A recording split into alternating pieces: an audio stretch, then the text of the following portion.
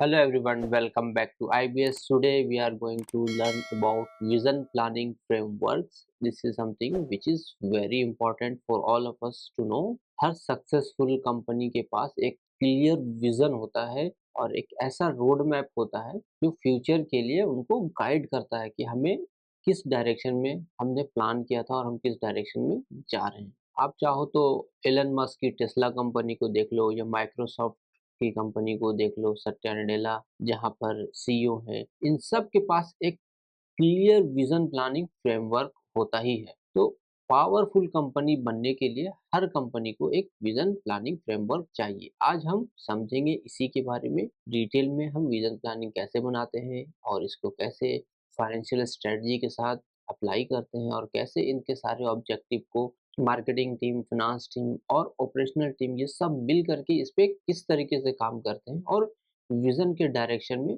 आगे बढ़ते हैं। बुक के पॉइंट ऑफ व्यू से जो 5 मेन पॉइंट है जो आपको विजन प्लानिंग फ्रेमवर्क में ध्यान देना चाहिए। तो सबसे पहला है गाइडेंस एंड डायरेक्शन। देन आपको एक बार डायरेक्ट गाइडेंस मिल जाना चाहिए कि विजन क्या है। मान लीजिए कि हम 1000 सीआर से 2000 सीआर अपना अचीव करना चाहते हैं। आपका जो गोल हो जाएगा वो फटाफट अपडेट हो जाएगा कि आप 1 के सीआर से आप 2 के सीआर ग्रोथ चाहते हैं। तो ये आपका विजन हो गया। तो ये कंपनी का ओवरऑल गाइडेंस एंड डायरेक्शन है। इस पे कैसे काम करते हैं अभी डिस्कस करेंगे डिटेल में। उसके बाद दूसरा पॉइंट है आपका अचीव सुपीरियर परफॉर्मेंस, यानी कि आप किस तरीके से अपने प्रोडक्ट को सुपीरियर साबित कर सकते हो कंपेयर टू योर कंपटीटर, उस पर भी डिस्कस करेंगे। फिर कॉस्ट रिडक्शन हम किस तरीके से कर सकते हैं, फिर स्ट्रेटजिक लीडरशिप का रोल क्या होता है, फिर फाइनली स्ट्रेटजिक प्लानिंग को फॉर्मुलेट करके अप्लाई करना। ठीक है, तो आइए चलते हैं वन बाय वन। सबसे पहला है हमारा गाइडेंस एंड डायरेक्शन। तो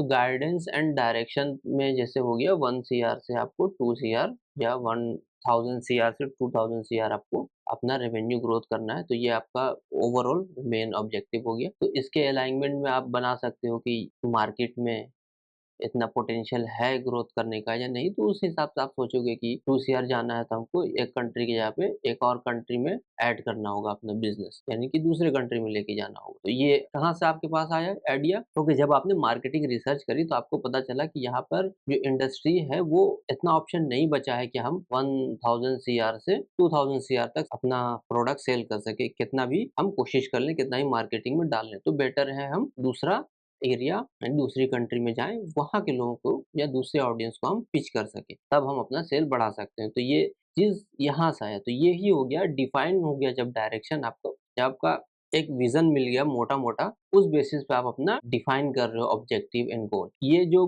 बड़ा गोल हो गया, इसको फर्दर स्प्लिट करोगे आप weekly, quarterly, weekly, monthly and yearly क्या सेल होने जा रहा है आपका वहाँ पे। तो इसको बोलेंगे आपको शॉर्ट ऑब्जेक्टिव, यानी कि ऑब्जेक्टिव। जब सारे ऑब्जेक्टिव को ऐड कर देते हैं हम, बहुत सारे इन नंबर ऑब्जेक्टिव को, तब आपका गोल बन जाता है। इसी तरीके से आपका जो करंट कंपनी, उसमें भी आपका क्वार्टरली रिजल्ट आएगा कुछ ना कुछ। उन सब रिजल्ट को आप किस तरीके से क्लब करोगे ताकि आपका गोल बन जाए। ठीक है, जैसे मैंने पहले भी एग्जांपल के तौर पे बताया था कि जब आपको 400 पेज लिखना है तो ये आपका एक तरीके से एक मोटा-मोटी बिग विज़न हो गया, लेकिन अब उसको आप पर डे कितना पेज लिखना है और फिर उसको रिव्यू करते रहना है, तो उससे आपका स्ट्रैटेजिक डायरेक्शन सेट हो जाएगा। तो वो छोटा-छोटा ऑब्जेक्टिव है, जब उसको क्लब करते हैं तो गोल बन जाता है, ठीक है? आपका ऑब्जेक्टिव ये भी हो सकता है कि increase profitability and sustainable growth. As investor point of view से आप सोचो कि अगर आपका बिज़नेस ईयर 1 से ईयर 5 तक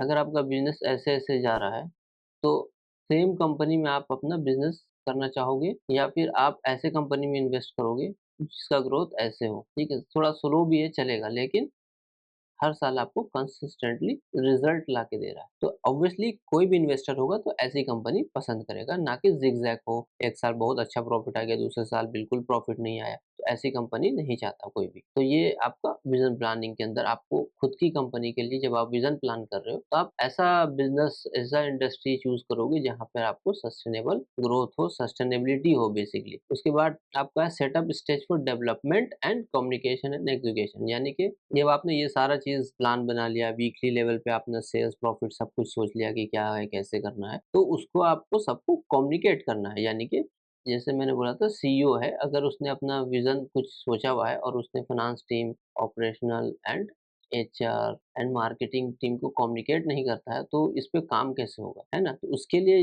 जब भी कोई सीईओ हो वो कम्युनिकेट करता है इनको, फिर जब ये काम करते हैं और वापस से सीईओ को इन्फॉर्म करते हैं। अब जब हम आगे डिस्कस करेंगे कि जब बोर्ड ऑफ डायरेक्टर कैसे अप्रूव करते हैं, या बोर्ड ऑफ डायरेक्टर नहीं हो छोटी कंपनी तो सीईओ अप्रूव करेगा, ठीक है? तो सीईओ जैसे ही अपना ऑब्जेक्टिव विजन प्लानिंग को अप्रूव करेगा, उसके बाद उसको कम्युनिकेट करना उतना ही ज़रूरी होता है, क्योंकि बिना कम्युनिकेशन के पता ही नहीं चलेगा कि आपको क्या करना है। उसके बाद बात करते हैं अचीव सुपीरियर परफॉर्मेंस। ये सारा चीज़ डिटेल में भी आपका लेक्चर में आएगा, लेकिन अभी हम लोग ओवरऑल समझने की कोशिश करते हैं। अचीव सुपीरियर परफॉर्मेंस यानी कि attain a competitive advantage through superior performance, यानी कि आप कुछ भी ऐसा काम करो जो कि आपको कॉम्पिटिटिव एडवांटेज दे सके। फॉर एग्जांपल जैसे कि डी मार्ट ने किया, वो जो भी स्टोर खोलता है वहाँ पर उसको परचेज़ कर लेता है लैंड को एंड अपना बिल्डिंग खुद बनाता है, ठीक है? तो लैंड भी उसका, बिल्डिंग भी उसका, तो उसको रेंट कॉस्ट नहीं देना पड़ेगा। अब मान लो एक प्रोडक्ट है कोई सा भी,